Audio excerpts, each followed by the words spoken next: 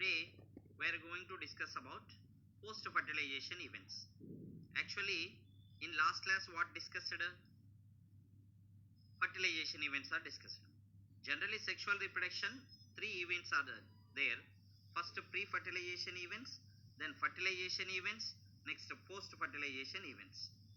Pre-fertilization events means the events which are takes place before fertilization called pre-fertilization events.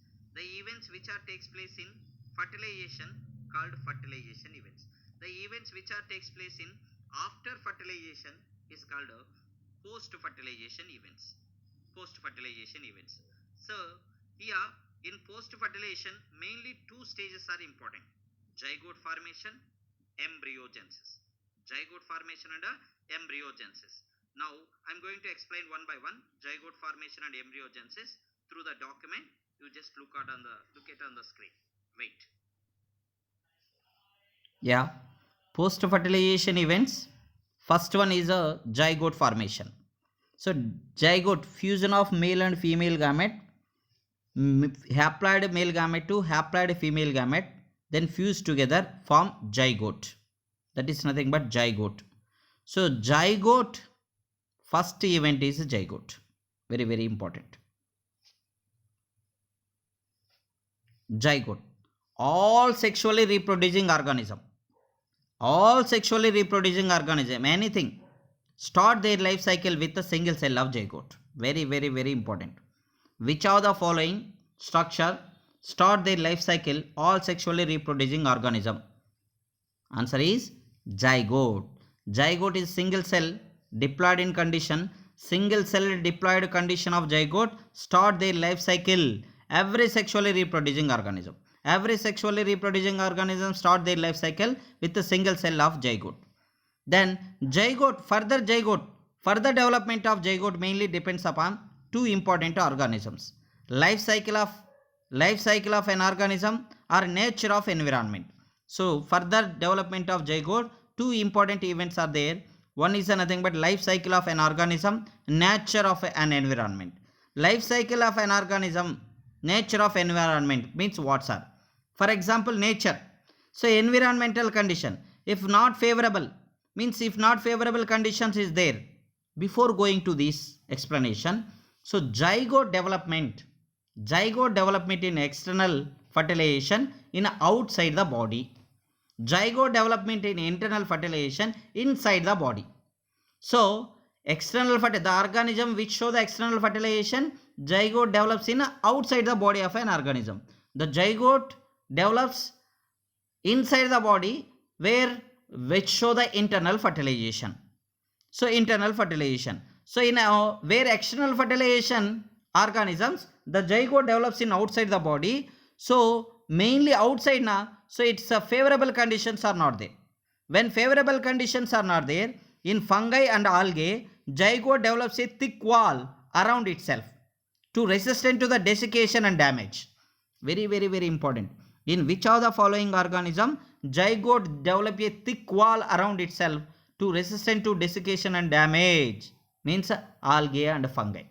So algae and fungi during unfavorable condition, they develop a thick wall to resistant to desiccation and damage. When favorable condition comes, then they are germinate. If favorable condition are there, they are in resting period. Very, very, very important. So in which of the following organism zygote develops a thick wall to resistant to desiccation and damage? Means algae and fungi only. Next, zygote development, further development means life cycle of an organism. Life cycle means haplontic life cycle, diplontic life cycle. Two types of life cycle there. Haplontic life cycle means the total body, parent body haploid in condition only. Zygote only diploid in condition. In earlier classes, in first year also we discussed haplontic life cycle, parent body haploid, then haploid parent body produce the gametes, male and female gametes, haploid, then fuse together form zygote only diploid. Then diploid zygote for production of the haploid spores and germinate the haploid parent body is nothing but meiosis division required. So zygote haplontic haplontic parent body or haplontic life cycle, after formation of the zygote, meiosis division takes place. Meiosis division takes place for haploid, for a production of haploid spores. Very, very, very important.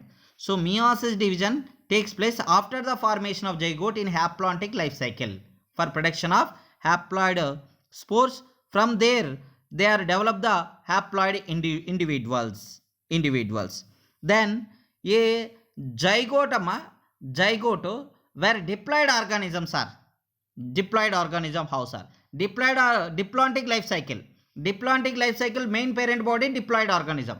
Gametes are produced by meiosis division because gametes are haploid in condition.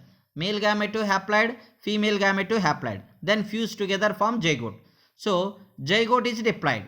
So diploid to diploid, there is no meiosis division. So here concept haplontic life cycle, zygote, after formation of zygote meiosis division takes place.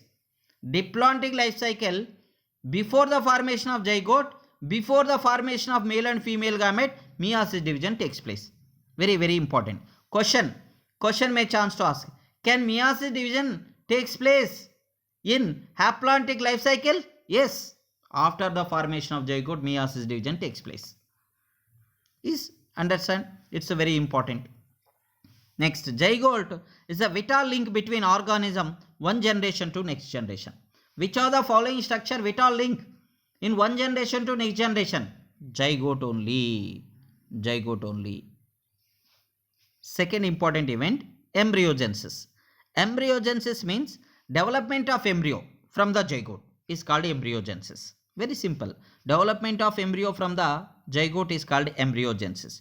During embryogenesis, zygote undergoes two important events or two type of stages. One is cell division, second one cell differentiation.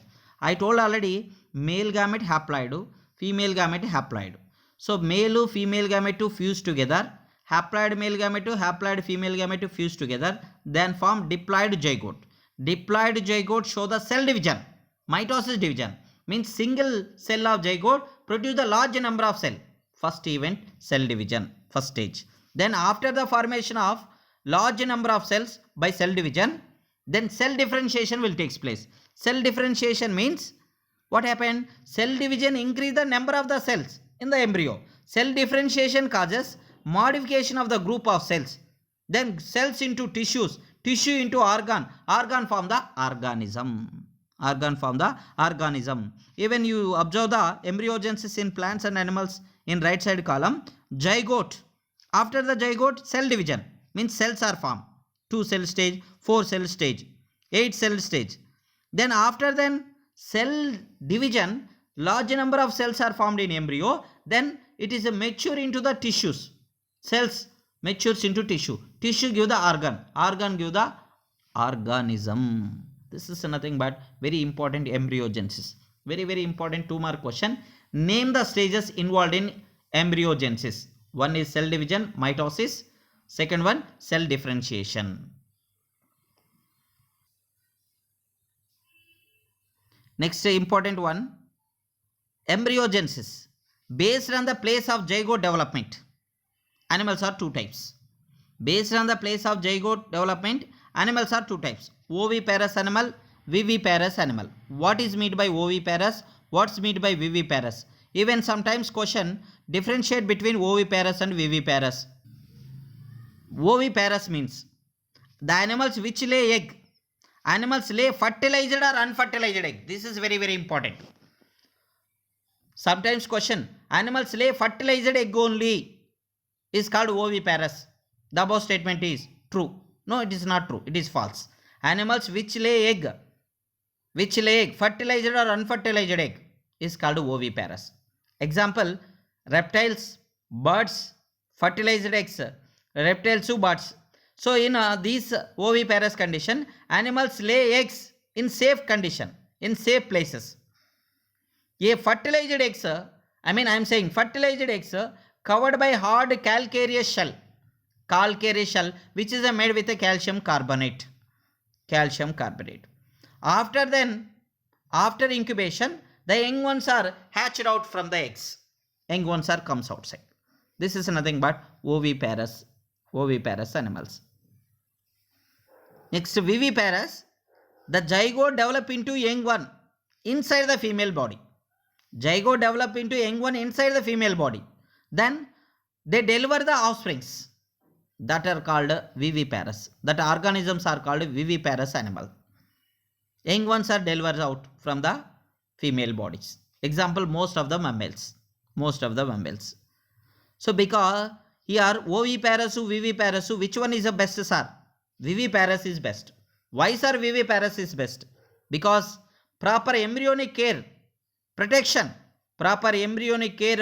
will be there in a viviparous organism. So survival chances of young ones is greater in viviparous animal. Very, very important.